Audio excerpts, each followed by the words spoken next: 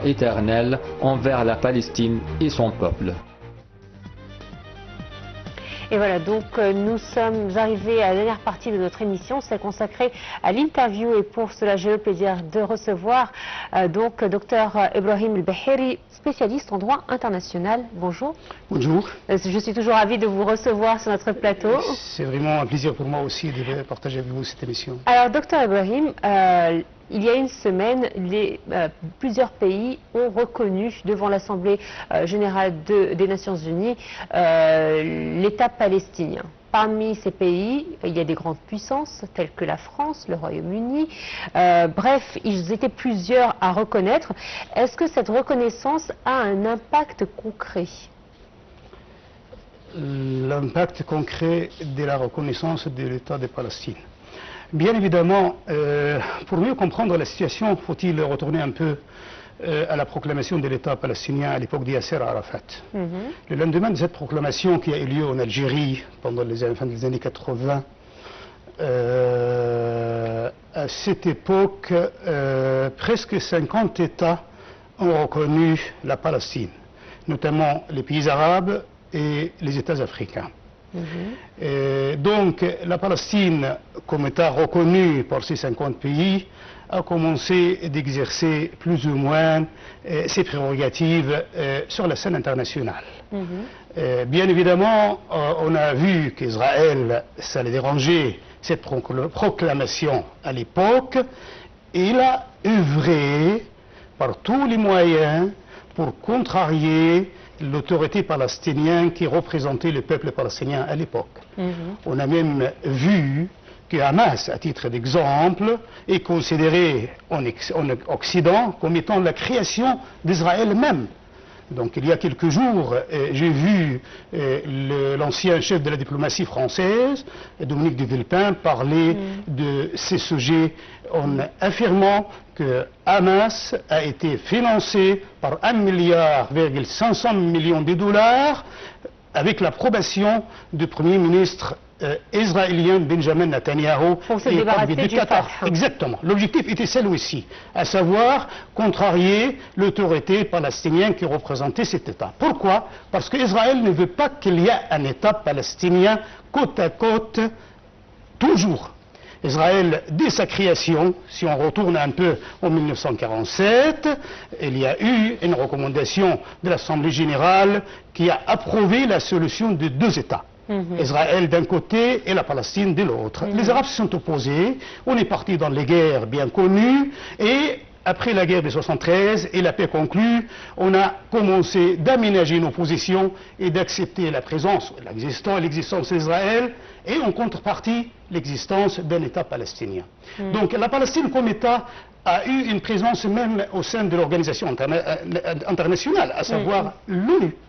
Cette existence a été de jour après jour affirmée, jusqu'à ce que l'Assemblée générale a reconnu la Palestine et c'est le Conseil de sécurité qui s'est opposé à son intégration. En 2012, si je me souviens. Il y a quelques mois. Mais en tant que pays non membre. En tant que pays membre. Ah oui, mais en tant que pays non membre, c'était en 2012, je pense. L'Assemblée générale a voté il y a quelques semaines à une majorité de 158 voix en faveur de la reconnaissance de la Palestine et c'est le Conseil de sécurité qui s'est opposé lorsque la Palestine a présenté cette demande au Conseil de sécurité. L'opposition, en effet, est venue à une minorité bien écrasante, à savoir c'est les États-Unis qui a utilisé son veto, son fameux veto, quoi. Donc, faute de quoi on aurait pu avoir la Palestine pleinement reconnue au sein de cette organisation internationale. Donc, on va poursuivre justement notre interview, mais on va juste voir les activités du ministre des Affaires étrangères qui se trouvait à New York et auquel il a assisté à différentes réunions. Et ensuite, on repart sur votre idée justement de l'après-veto des États-Unis, puisque actuellement il y a un seul veto contre 4. Exactement. Donc sur les 5 qui ont le droit d'avoir un veto, seuls les États-Unis ont utilisé son droit de veto. Exactement. Oui. Alors tout de suite un reportage, on se retrouve tout de suite après. Le ministre des Affaires étrangères Badr Abdelghati a exhorté les participants à la réunion du comité de liaison ad hoc pour la Palestine à fournir un soutien financier et politique à l'autorité palestinienne, expliquant qu'elle fait face à des difficultés résultant des mesures israéliennes en violation flagrante des accords d'Oslo. La réunion est tenue en marge des travaux de haut niveau de la 80e session de l'Assemblée générale des Nations unies à New York. Le ministre a souligné les conclusions du rapport de la commission d'enquête internationale indépendante qui a confirmé la présence d'un génocide contre des civils palestiniens par le ciblage systématique, insistant sur la nécessité d'un cessez-le-feu immédiat et du soutien aux efforts de médiation menés par l'Égypte, le Qatar et les États-Unis, soulignant que la récente agression israélienne contre le Qatar compromet les efforts de rétablissement de la paix. Abdelghati a également réitéré la position de l'Égypte, rejetant catégoriquement toute tentative de déportation de Palestiniens, en transformant Gaza en une zone inhabitable, soulignant que de telles démarches menacent la sécurité et la stabilité régionale. Il a réaffirmé l'engagement de l'Égypte à travailler avec les partenaires internationaux pour mettre en œuvre le plan arabo-islamique de relèvement rapide et de reconstruction à Gaza, jugé crucial pour permettre aux Palestiniens de rester sur leur terre sous une autorité légitime et unifiée, régie par l'état de droit et un contrôle exclusif des armes. Il a enfin appelé les pays participants à la réunion à soutenir l'organisation par l'Égypte de la conférence internationale sur la reconstruction de Gaza dès qu'un cessez-le-feu sera atteint. Alors je rappelle que je suis en compagnie de Dr Ibrahim El-Baheri, spécialiste en droit international. Nous parlions justement de la reconnaissance de l'État palestinien faite lundi dernier par plusieurs pays à travers le monde. Parmi ces pays, 4 puissances, grandes puissances, qui ont le droit au veto à l'Assemblée générale. Aujourd'hui, il n'y a que les États-Unis qui a usé son droit de veto. Malheureusement, une voix compte et jusqu'à présent, on voit que la puissance des États-Unis dans son droit d'exercer son veto est toujours là. Ce droit au veto accordé aux 5 pays membres permanents du Conseil de sécurité, son utilisation est en effet d'abord contraire à la Charte des Nations Unies, qui engage chaque État d'agir en bonne foi. Donc c'est le texte clair de la Charte. Donc si on retourne à la Charte, on peut affirmer que les États-Unis usent abusivement et contrairement à ce principe universel de la bonne foi de ce droit de veto. Mais le problème n'est pas là. Est-ce que, malgré l'utilisation des États-Unis de droit de veto, ceci a empêché les puissances occidentales autres que les États-Unis à reconnaître l'État de la Palestine? La réponse est non. Parce que malgré cette utilisation et malgré le refus du Conseil de sécurité d'aller derrière l'Assemblée générale dans la direction de la reconnaissance de l'État de la Palestine, on a vu la France, la Grande-Bretagne et un bon nombre de pays occidentaux et non occidentaux qui ont allé dans le sens d'une reconnaissance pleine de l'État de la Palestine. La Grande-Bretagne, est-ce que c'est une surprise, puisque nous savons qu'elle a des liens très proches avec les États-Unis? Est-ce que le fait de reconnaître un État palestinien a été la vraie surprise? Je pense qu'il n'y a pas de surprise là-dessus, bien au contraire, c'était une reconnaissance tardive. Donc, naturellement, la question palestinienne dure depuis plus que 70 ans aujourd'hui. Donc, comme on a accéléré le soutien à Israël en 47-48, on aurait dû, depuis les années 90, avec Yasser Arafat, accorder le même soutien à la Palestine afin qu'on puisse trouver un État à côté de l'autre et que la paix règne au Moyen-Orient. Donc, seulement je peux dire que peut-être qu'il y a aujourd'hui une sensation où les États occidentaux commencent à sentir les dangers d'Israël. Ou est-ce que c'est la pression populaire qui a fait que... Ça joue. Exactement, puisque nous avons vu des manifestations monstres à travers le monde. Est-ce que c'est peut-être pas cette pression populaire et les réseaux sociaux qui font qu'aujourd'hui les chefs d'État sont obligés de... Sans aucun doute, parce que si on compare l'attitude ou la position des puissances occidentales avant l'arrivée des médias de sa façon actuelle et leur position pendant les années 73 et avant, bien évidemment, on voit deux prises de positions totalement différentes. Donc l'influence des médias, l'influence de l'opinion publique au sein même des États occidentaux a, pour des puissances démocratiques, joué un rôle indéniable dans la position de ces pays.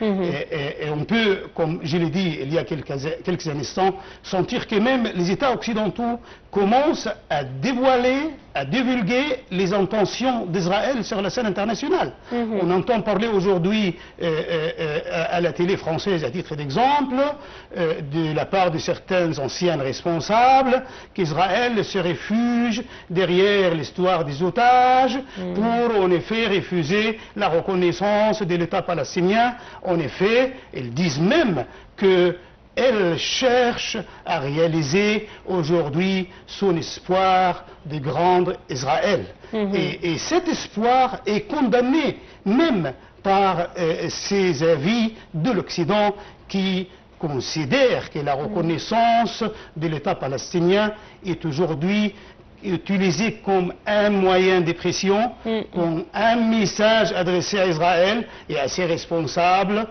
comme un appel à la raison que la situation au Moyen-Orient est arrivée à un stade de génocide tel qu'a utilisé Dominique de Villepin en France, des génocides contre un peuple isolé qui est le peuple palestinien. Alors, en votre qualité de spécialiste en droit international, nous savons que l'ONU n'a pas de police internationale. Néanmoins, elle a des moyens justement de faire pression. Aujourd'hui, cette reconnaissance qu'ont fait plusieurs pays donc membres de l'ONU, est-ce qu'elle suffit? Est-ce qu'il ne devrait pas y avoir des sanctions, par exemple?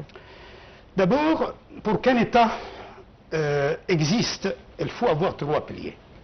La population, les territoires et le pouvoir politique en place. Et c'est le cas de la Palestine. Nous avons un territoire défini, et une population unie, unifiée, et également un pouvoir qui est en place, même si le pouvoir est entre guillemets un peu partagé comme on le voit. C'est ce que j'allais vous dire. On a un territoire, mais la stratégie israélienne a fait en sorte que le territoire soit divisé.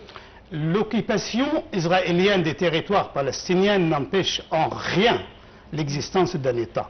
C'est-à-dire, il n'empêche pas non plus que cette existence et cette reconnaissance conduit à une proclamation de l'indépendance telle que l'histoire a prouvé.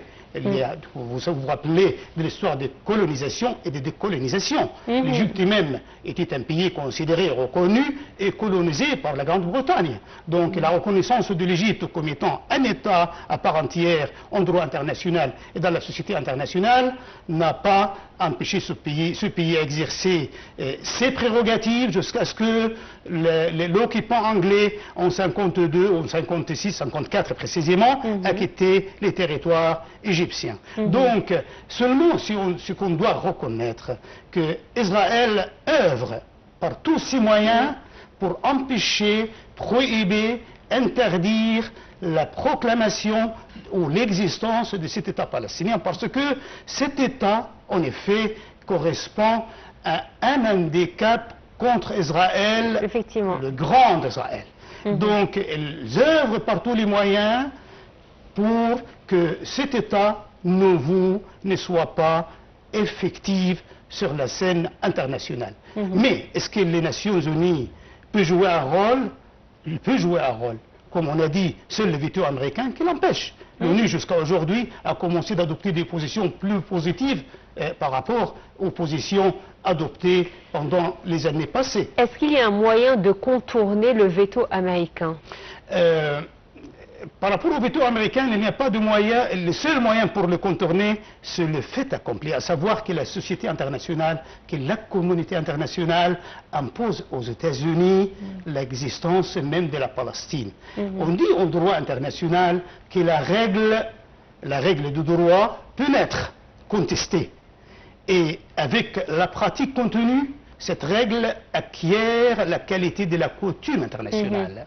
Cette coutume peut s'imposer comme étant une règle obligatoire et un droit. Dans l'État d'Israël, de la Palestine, la reconnaissance est multipliée par la majorité écrasante de la communauté internationale, à savoir presque 80% des États du monde qui ont reconnu l'État de la Palestine. Ceci correspond à une pratique qui va en contresens de la volonté des Américains. Si on continue à rendre cette reconnaissance réelle, et comment le rendre réel? À le rendre réel à travers l'échange diplomatique entre l'État de la Palestine, de même après la fin de cette guerre, exactement, la conclusion des traités, la création des ambassades et des consulats sur les territoires palestiniens. Donc, si on accède à pratiquer, nous, les pays arabes, et également les puissances occidentales, à avoir des présentations, des lieux de présentation sur le territoire de la Palestine, les États-Unis, à cette époque-là, ne pourront que s'incliner devant la volonté des États qui correspondent à la majorité du monde. Alors vous avez donné un bon exemple concernant un phénomène de colonisation puis de décolonisation avec l'Égypte et l'Angleterre. Il y en a un autre, mais évidemment le cas palestinien est unique dans sa géographie et dans son histoire. Il y a le Kosovo également, qui a eu du mal à se faire reconnaître, exactement, et finalement a été reconnu malgré les pressions et malgré l'abstinence de la Serbie face à sa reconnaissance.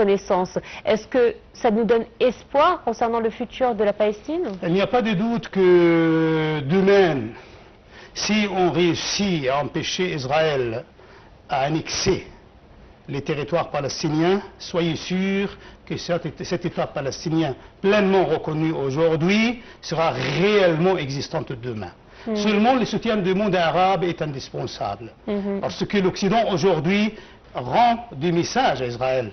Et j'entends des voix au sein de l'Union européenne qui demandent que l'Europe peut et peut-être doit user ou réviser l'accord d'association conclu avec Israël. Une telle pression, je pense, peut être prise en considération, mais je pense que sans un soutien renforcé de la part du monde arabe à l'égard de la Palestine, la situation peut rester perplexe. Et peut-être une unité interne également entre Palestiniens. Sans doute. Sans doute, diviser pour mieux régner, c'est ce que fait Israël.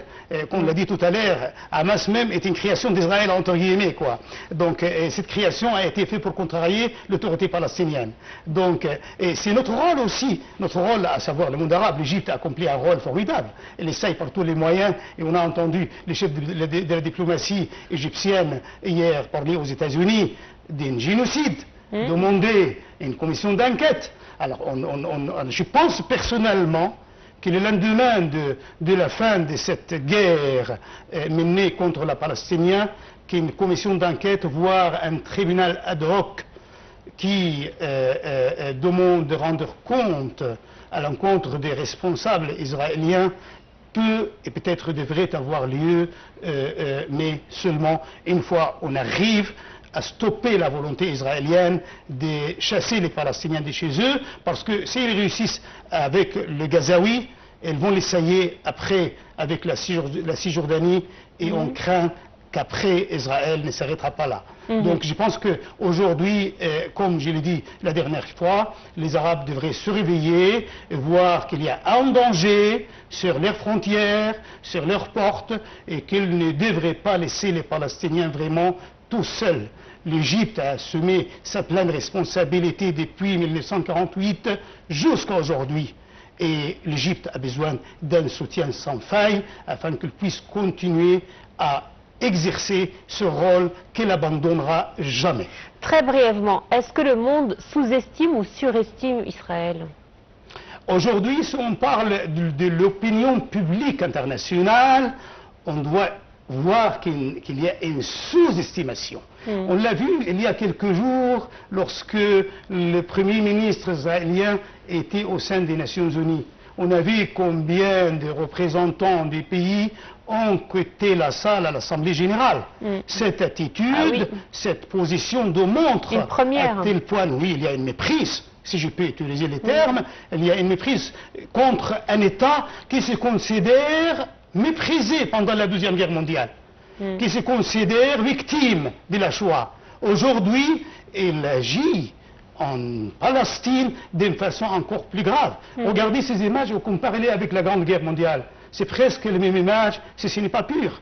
C'est ce qu'ils disent les Israéliens qu'ils étaient victimes de la Shoah, et ils font aux Palestiniens pire de ce qu'ils ont subi. Donc l'opinion internationale, on la voit vraiment accorder un soutien aux Palestiniens. Donc, Docteur Ibrahim El-Beheiri, vous êtes spécialiste en droit international. C'est toujours un plaisir de vous recevoir sur NITV International. Merci pour toutes vos explications. Merci à vous et le plaisir est toujours partagé. Merci infiniment. Voilà, c'est ainsi donc que prend fin cette édition de Bonjour l'Égypte. Merci de votre fidélité. Excellente suite de programme.